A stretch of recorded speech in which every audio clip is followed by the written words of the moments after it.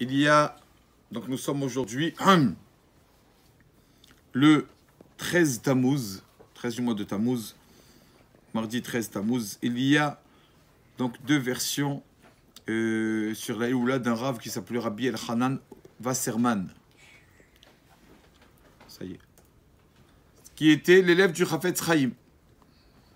Donc on dit, il y en a qui disent le 13, il y en a qui disent le 12. C'était pas l'élève du Chafetz Chaim, c'était l'élève le plus proche du Chafetz Chaim. Rabbi Elchanan Wasserman. C'est un Rav qui a, bien sûr, qui était autant pendant la Shoah. Et son histoire, ce Rav est tellement connu, justement pour son attitude qu'il a eue envers ses élèves à la Shoah. Quand il était justement là-bas à sa yeshiva, en Lituanie, et on a bien sûr, les Allemands ont détruit sa yeshiva, il s'est sauvé dans un autre endroit, à Kouvna. Et lui, il a vu les choses venir. Alors il a fait plusieurs cours, une série de cours sur le Kiddush Hashem, sur la mitzvah qui traite de sanctifier le nom de Dieu, des personnes qui meurent parce qu'ils sont tout simplement juifs. Ils meurent pour Hashem. Tous ceux qui sont morts à la Shoah, ils sont morts Kiddush Hashem. Ils sont morts parce qu'ils étaient juifs. Que ça, c'est un degré de mourir sur Kiddush Hashem. C'est connu que une personne qui meurt Kiddush Hashem, c'est Ma'ala Gedola. C'est un très haut degré. D'accord, c'est une personne qui s'assoit vraiment dans le Gan Eden. Il a une place, si on veut dire, devant, les rangs de devant tellement, les rangées de devant tellement que vraiment c'est un haut degré de mourir pour Hachem. On a vu que Rabbi Yosef Karo, je pense qu'on l'a déjà dit, priait tous les jours et demandait à Hachem de mourir à Kiddush Hachem, de mourir pour Hachem, pas une mort comme ça, Stam, une mort pour Akadosh Baruch. Donc lui, Rabbi Yochanan Wasserman a fait donc une série de cours sur cela. Et donc on raconte comment ça s'est passé. Les derniers mots que Rabbi Elchanan Wasserman a transmis, les derniers mots le dernier cours qu'il a donné à ses élèves. Bien sûr, il était en train d'étudier. Et donc, on les amène tous. On sait qu'on les amène dans les camps de concentration. Mais Rabbi Elchanan est tout calme, tout tranquille, tout sérieux. Et il y avait ses enfants à côté de lui, deux enfants à lui, aussi des élèves. Et comme ça, Rabbi Elchanan parle avant de rentrer dans les camps de concentration. Donc, nous, on imagine quelqu'un qui sait qu'il va mourir dans quelques minutes, comment l'attitude qu'il a, comment il est anxieux, mais lui, pas du tout, Rabbi Elchanan. Il dit, Baméromim, dans le ciel, sachez mes élèves, dans le ciel, on nous considère comme des tzadikim, parce que si nous avons été choisis, nous, pour pardonner avec nos corps, notre physique, toutes les fautes du peuple d'Israël, donc nous sommes des tzadikim, comme ça il leur a dit, pour leur remonter le moral. Aussi parce que c'était la réalité. Donc on doit faire teshuva, on doit se repentir avant de mourir, il leur a dit. Il a dit, on arrive bientôt au passage, d'accord, on va transférer de ce monde-ci au monde futur. Il leur a dit, sachez, nous sommes comme des sacrifices devant Hachem. Comme des sacrifices. Nous allons tous dans les camps, des sacrifices devant Hachem. Il leur a dit, mais sachez, mes chers élèves, vous savez que quand une personne venait au Beth Amikdash, dans le temple, pour amener un sacrifice, alors il y avait plusieurs conditions pour que le sacrifice soit cachère. Une des conditions, c'est que le sacrifice n'ait pas de mauvaise pensée. Quand la personne amène un sacrifice, il faut qu'il pense qu'au sacrifice. Même une personne qui fait un sacrifice et qui pense à un autre sacrifice, le sacrifice n'était pas bon. Donc, c'est à forte raison s'il pense à des choses futiles. Donc, il leur a dit un sacrifice avec lequel on a une mauvaise pensée, il s'appelle Pigoul. Il n'est pas caché, il n'est pas bon, il n'est pas sous le sacrifice. Il leur a dit maintenant, il n'y a plus de sacrifice. Maintenant, c'est la tefila. Tefila, c'est pareil. Il faut avoir notre kavana, notre pensée dans la tefila. Il leur a dit donc, aujourd'hui, nous sommes des sacrifices, des korbanot, pour tout le peuple d'Israël. Sachez, faites attention, qu'il n'y ait pas de mauvaise pensée. Pensez tous à Hachem, mais voilà ce qu'il leur dit avant de mourir. Pensez tous à Kadosh Baruch Hu. Que Chas Veshalom, personne n'ait une mauvaise pensée qui va peut-être rendre le korban inapte, le sacrifice inapte. Maintenant, nous accomplissons la mitzvah la plus grande qui puisse être possible. Il leur a dit, sachez, on va mourir dans le feu. mais aussi on va revenir dans le feu pendant la résurrection des morts. Et donc, bon, à part, j'ai oublié de dire que ce Rav, plusieurs fois, on lui a proposé de le sauver. Il a dit pas du tout. Je préfère mourir avec mes élèves que d'être sauvé tout seul. Pas être égoïste. Il aurait pu être sauvé et laisser ses élèves comme ça. Mais il a dit non, je meurs avec mes élèves. Et donc, il a dit, voilà, on va monter devant un Kadosh Baruch Hu comme des Sefer Torah. Sanctifiez-vous. Et donc, après tout cela, vraiment, ils sont morts dans le camp. Et dans le camp, une personne qui a transmis, qui a raconté. Donc vraiment, dans les minutes de la mort, ils étaient en train de parler des paroles de Torah. Encore des paroles de Torah jusqu'au dernier moment, mamash. Les morts en disant des paroles de Torah. Il y a un Rav qui étudie avec lui. Le Rav Kahneman de Ponovitch, étudie avec Rav Wasserman. Il a dit, on a étudié 3 ans ensemble. 3 ans, j'ai étudié avec Abel Hanan Wasserman. Et il a dit, je peux témoigner que si, après 120 ans, devant le tribunal céleste, on va me dire, est-ce que tu as étudié la Torah ou tu as abandonné la Torah?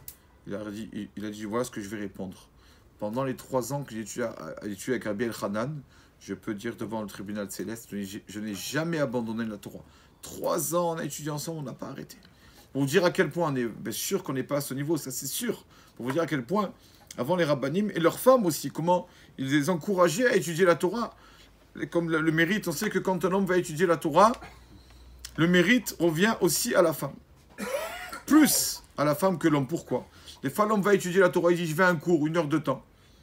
Alors, pendant cette heure de temps, il parle un peu au portable, malheureusement. Il va fumer une cigarette, il va boire son café, son thé. Finalement, c'est pas 1 heure. Finalement, c'est 40 minutes. Amen, 40 minutes. Donc, la femme, quand elle envoie son mari étudier 1 heure, lui, il aura récompense de l'étude sur 40 minutes. Elle aura quelle récompense? Sur 1 heure. Parce qu'elle envoie étudier. Donc, la femme, elle a plus que l'homme, souvent. Et donc, Rabbi El-Hanan Wasserman, quand on lui a dit, ta femme va accoucher. Il était à Yeshiva du Rav Chaim. Il a dit, je vais voir mon Rav. Qu'est-ce que je fais? Il va voir Rav Chaim. Il lui a dit, Rabbeinu, est-ce que je dois aller, je reste étudier avec vous, je dois aller, ma femme qui va accoucher, elle n'est pas seule, mais peut-être qu'elle a besoin de moi. Il lui a dit, est-ce que tu es gynécologue? Comme ça, du Rav Chaim. Alors il écrit, je suis resté étudier. Et quelques jours après, on m'a dit que ma femme a accouché d'un garçon. Alors j'ai dit au Rav, Rabbi, je vais à la Brite. Il a dit, vous savez ce qu'il m'a répondu, le Rav Chaim? Il lui a dit, est-ce que tu es Moël? Tu fais les Brit Mila? Il a dit non. Il a dit, ah, pourquoi faire? Regardez à quel niveau ils étaient. Il est resté à la Yeshiva étudier. C'est pas Chas Shalom. Ne jouons pas faire ça, parce que là, bien sûr que sa femme, elle était contente de cela. Elle acceptait, ça lui faisait plaisir que son mari étudie. De nos jours, malheureusement, on a tous baissé. Nous, les hommes et les femmes aussi, on a des générations baissées. Mais avant, les femmes étaient contentes que leur mari étudie. Elles savaient qu'une femme, que quand elle voit son mari étudier, c'est pour son bien. Parce qu'il va étudier, il va avancer un peu, il va se calmer. Quand il revient à la maison, ça va être un homme, Baruch Hashem, il va se conduire comme il faut avec sa femme. La Torah lui apprend comment se conduire, comment parler à sa femme, etc. Voilà, regardez à quel point ce Rav. J'ai fini une histoire sur ce tzaddik Rabbi Hanan Wasserman. Il est allé ramasser des fonds en Amérique pour sa yeshiva. Et il arrive, donc on lui dit, Rabbi, il y a plusieurs donateurs ici, mais il y a ici quelqu'un, un monsieur au nom de Jacob. Il s'appelait Yankel. Il avait un nom, les Ashkenazim, ils disent qu'il s'appelle Yankel. Donc, Rabbeinu, c'est Jacob. Alors, il dit, qu'est-ce qu'il devient? Je le connais de la yeshiva. Qu'est-ce qu'il devient? Alors, on a dit, Hanan Rabbeinu, s'il vous plaît. N'allez pas chez lui. Lui, il a complètement Shana ou Piresh. C'est quoi Shana ou Piresh? Il était dans la yeshiva, Rabbeinu. Il a tout abandonné. Il a tout laissé tomber, Rabbi. Oui, je le connais. Il a tout laissé tomber. Je veux aller le voir. On dit, Rabbi, arrêtez. Il ne supporte pas les yeshivot. Il ne supporte pas, il voit des rabbins. Il voit une barbe, ça y est. Rabbi, nous n'allez pas là-bas. Il va vous faire dégringoler des escaliers. Il ne rentrait pas chez lui. Il leur a dit, je demande à le voir. Bon, le Rav demande. Et l'élève du Rav Wasserman appelle ce monsieur Jacob là. Et en tremblant, il lui dit, écoute, il y a un rabbin. Laisse-moi tranquille, les rabbins. Non, mais un rabbin que tu connais, tu as connu en Lituanie, il s'appelle Rabbi El-Hanan Wasserman. Quoi? Il est là en Amérique? Elle a dit, je lui envoie un taxi, je veux qu'il vienne me voir. Je veux qu'il vienne à mon bureau. Donc il envoie un taxi Rabbi El-Hanan Wasserman, et le Rav arrive au bureau de monsieur Jacob, qui était avec lui à la yeshiva, dans plein d'études, il a tout abandonné, ni Shabbat, ni Kippour, ni rien. Et ce monsieur Jacob du Rav, Rabbi, ça me fait plaisir et tout. Pourquoi faire? Quel est votre motif de voyage? Pourquoi vous êtes arrivé jusqu'en Amérique? De Lituanie? Il lui a dit, j'ai un gros problème. Quel est votre problème, Rav? Regarde, il lui montre le bouton de sa veste. Regarde mon bouton, à chaque fois mon bouton qui tombe. À chaque fois j'ai le bouton qui tombe. Est-ce que, je sais que tu es dans le textile. On m'a dit, je sais que tu as une usine textile. Je suis venu, s'il te plaît, pour que tu me donnes un fil. Un fil assez fort. Comme ça, je puisse bien coudre mon bouton, que mon bouton ne tombe pas. D'accord, Rabbi, pas de problème. Il appelle le couturier de l'usine. Occupe-toi de ce monsieur, c'est mon Rav, c'était mon Rav à l'Yeshiva. Occupe-toi de lui. Merci. Rav, c'est tout? Ouais, mon bouton, je t'en supplie, mon bouton. D'accord, ça va, Rav. Bouton. Le soir, le Rav, qui se trouve chez son hôte, téléphone, monsieur Jacob. Il veut parler au Rav. Le Rav, il prend le téléphone. Rav, bonjour. Excusez-moi, Rav, il y a quelque chose ça me trotte à la tête. Mechila, vous êtes venu de Lituanie, en Amérique, pour le bouton. Il a dit oui, je t'ai dit, le bouton il fait que tomber et tout, il fait froid là-bas, j'ai besoin de bien serrer mon manteau et donc j'ai besoin que le bouton ne tombe pas. Il lui a remis Mechila, il y a une question. Le coût du voyage, de voyager de 2 semaines de bateau, je pense qu'il lui a dit là-bas, 2 semaines de bateau, etc., pour arriver en Amérique, ça, avec cet argent, l'argent du voyage, j'aurais pu acheter 20 manteaux, chaque jour un nouveau manteau.